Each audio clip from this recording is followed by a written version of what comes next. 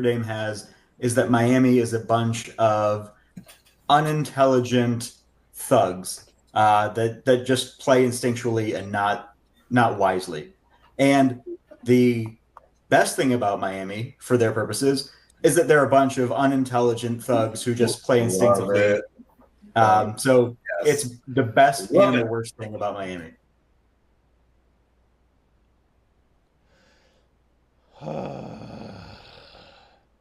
You know, people who are racist in the big year, the great year of 2025, should fucking die. I think we can all agree with that. And, this is why I hate Notre Dame fans. Okay, like before you say why I'm hating on Notre Dame, I'm a fucking Irish person. I kind of have a right to. But the thing is, Notre Dame is independent in the big year of 2025. They take shortcuts. Not that they're a bad team, but they take fucking shortcuts, and nobody likes a team that takes shortcuts and or is independent in the bright year of 2025, which Army and Navy aren't. All right, and the Notre Dame acts like they have a prestige, which they fucking don't. They don't have no fucking prestige. They don't. And it really is pathetic about how overhyped they are. They really are the college football versions of the Dallas Cowboys. Man, fans like this, fans like that should have no part in enjoyment of the game. But hey, Ohio State beat y'all in the national championship, so y'all can go fuck yourselves. But anyways, back here again. Another video. Yesterday I talked about my Micah Parsons trade instant reaction. I didn't reveal the details because the details hadn't come out yet while I was recording the video. So these are the details. Micah Parsons, of course, the whole contract, we've talked about it a million times. But what the Cowboys received was Kenny Clark and 2 first-round picks.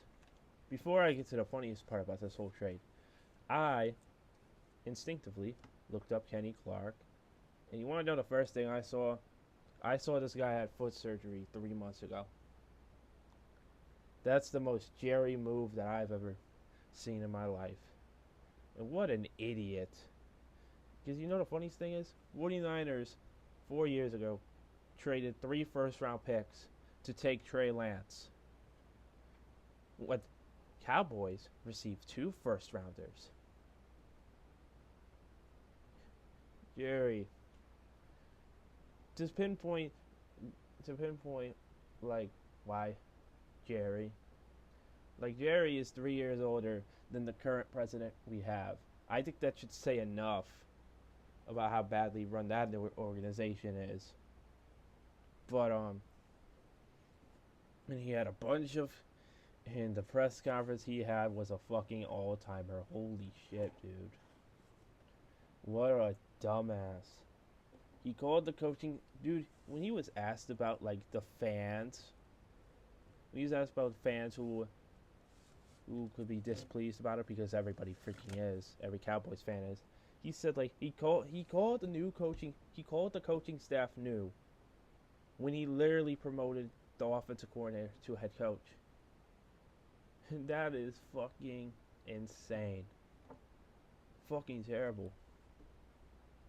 Like, you can't defend this as a Cowboys fan. You just can't. Like, you can't defend this. You really can't. And the return you got, and the man literally did the meme where he's like, well, we got first rounders.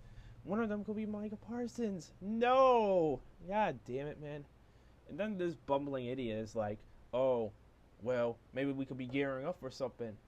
No, you cannot. There's not a player that can compare to what you had with Micah Parsons that's available. Trey Hendrickson is already signed for another year of the Bengals, if that's what you were thinking about. This guy needs to freaking give up the GM mantle, but he's not. He's already got his ego. He's already stroking it right now. And, you know, and then another fucking quote. And then the fucking quote that's really made some waves is that we've gained a Pro Bowl player in an area the Cowboys had concerns in. We also needed to stop the run. We haven't been able to stop the run at key times for several years. You know who could have stopped the fucking run?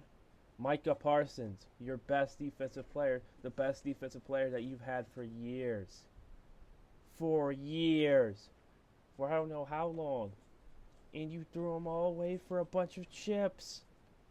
And like a 30-something-year-old defensive tackle that had really, literally foot surgery a few months ago. The Cowboys are indeed a soap opera. They deserve Academy Award for how much hilarity this brings. And I think we can. And now it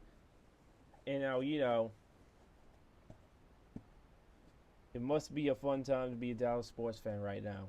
It really must be.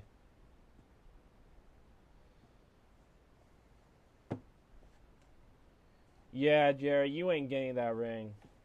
You ain't getting that ring for sure. What a fucking terrible move. What a fucking terrible, terrible way that went down for the Cowboys. But to other news. Today I had a pretty chill day. Besides the end of it, where I'll get to it. Listen to Joey Badass album, or so should I say mixtape, and the Key Glock mixtape just now. That was great. Great music. Love what they're doing. And so it was a really chill day. I aced the vocab test. I'm doing good. I am doing great. I think I aced the math. I think I aced the math quiz too. So I'm good. I'm good. Then it's my workout class, and we didn't work out today. Mostly because our gym teacher wasn't there, so they just had us play basketball and stuff. And we did 5v5. Right? I was on a team, and I go for a layup. No, it was me trying to catch the ball. I think I tried to score in a layup, and it didn't go in. So I tried to go for the ball, and my ankle twisted itself. I fell to the fucking ground, and I got back up. And then I went for a layup, landed, twisted my ankle like 30 minutes later. I got my first twist in the fucking ankle 5 minutes into the game. Maybe like 3. So I basically was playing the whole game on a twisted ankle. And then I twisted again, and dog, it felt like a fucking brick.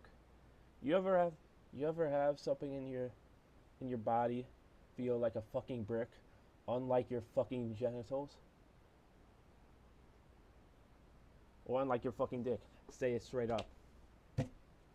But like, yeah, if you've ever had like a foot or like should I say ankle injury, where your foot or ankle has felt like a brick, it sucks. I didn't even feel all the pain until I got home. Like I was like, oh fucking shit, I can't fucking walk. I can't walk properly. Like it's still fucked up now. Like it still fucking hurts. I can't even fucking walk properly. Like I am literally like I'm fucked. My ankle is completely fucked. It's already swelled up. Shit is fucked.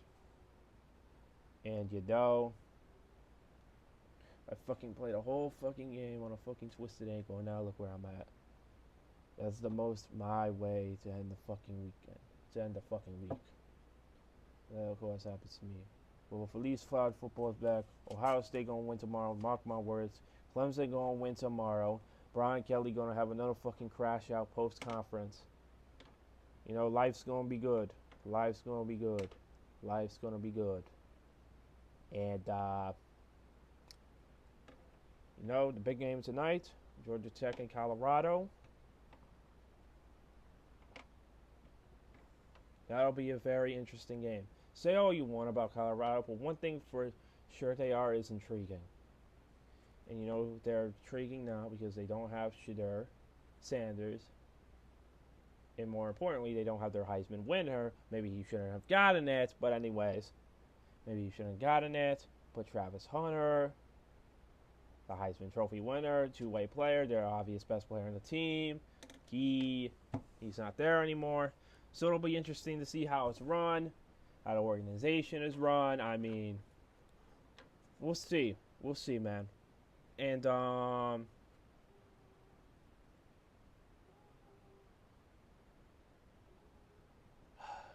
anyways, you know, another thing, Boise State got fucking killed. Holy fucking shit.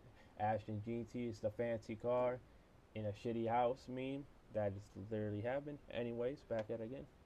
Here's the thing. Here's something about Georgia Tech. When you see them in a game, with a high profile game, or with a high profile, like, top 25 point, you know it's going to be a game. Georgia Tech deserves credit for that, bro. They always have some games against some top tier opponents, and maybe this is going to be one of them. Either that, or it's going to be a fucking embarrassment for Colorado. I forget his name. I think it's Keaton Slater. Is he like the Liberty transfer? I could be wrong, but yeah, man, that'll definitely be an interesting game before, and definitely for Colorado because the Big 12 is wide open. I mean, Iowa State, Arizona State, Kansas State, they're really the only three teams that you can make a case for to win the title. Big 12 championship, going to the playoff. Could Colorado do that? That'll be a storyline to follow unless they win this game. And we'll see, man. We'll see. And yeah, dude. College football is fucking back. We have made it. We have made it to one of the best weekends in the year. Labor Day weekend, fantasy football drafts, college football all weekend. What more could you ask for? Truly one of the greatest weekends to be alive. It really is. And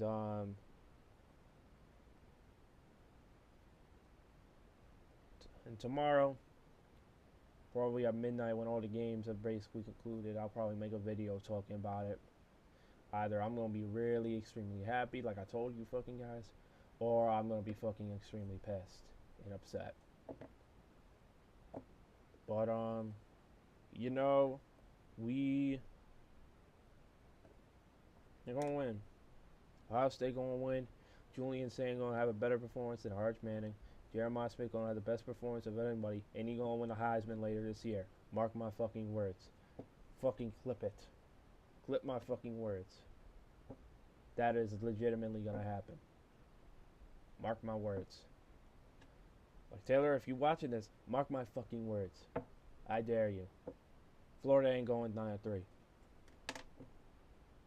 Anyways, hope y'all having a blessed day. Talk to you guys tomorrow after the slate is over. Alright, bye.